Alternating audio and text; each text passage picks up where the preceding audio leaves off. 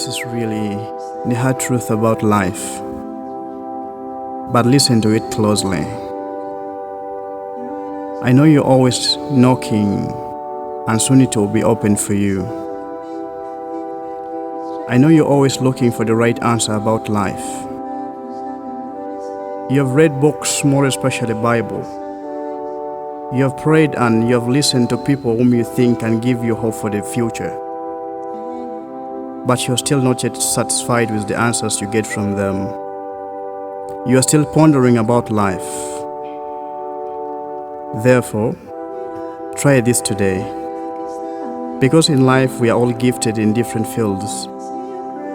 But because many people do not know that, now because of the challenges that life gives us, we have got teachers who are not teachers, doctors who are not doctors, lawyers who are not lawyers, preachers who are not preachers.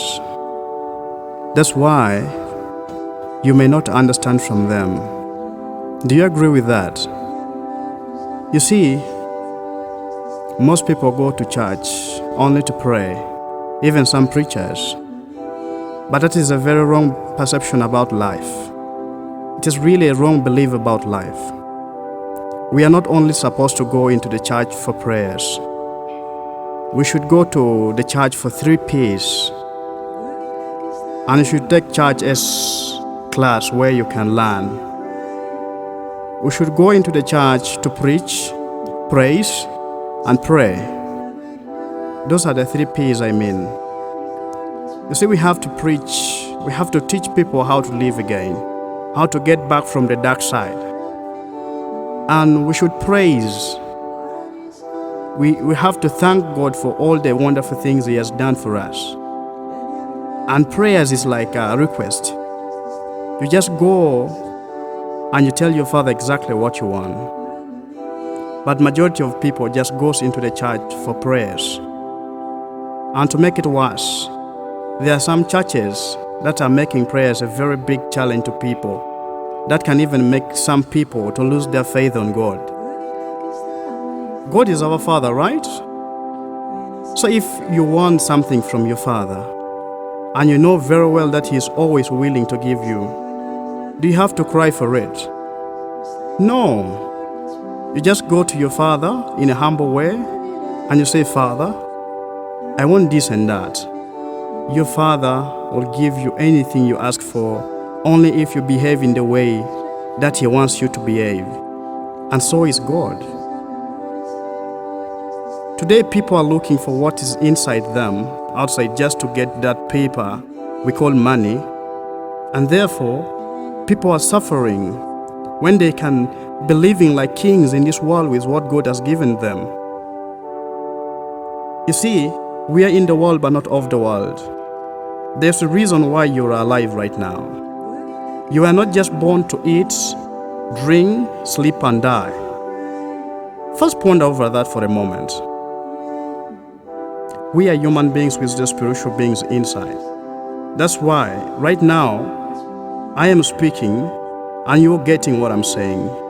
It is because of that spiritual beings you're having inside of you.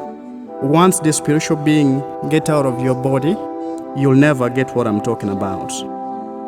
But the hard truth is that you're going to be no more. You're going to die, as the Bible says in James 4:14, that we are like morning mist that appears for a little while and then disappears.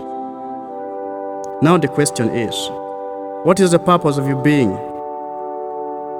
Is it only to say, God, God, God all the time?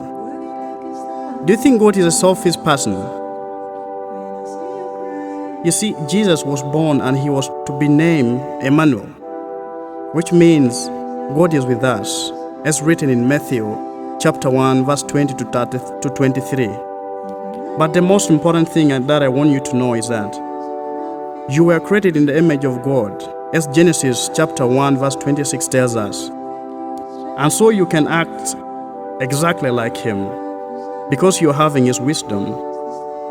And I think the 6 days were not enough for God to create all He wanted for the world. That's why He decided to create human beings in His image, and He gave them His image, His wisdom. That's why, if you look around, you see a lot of good things that human beings have done.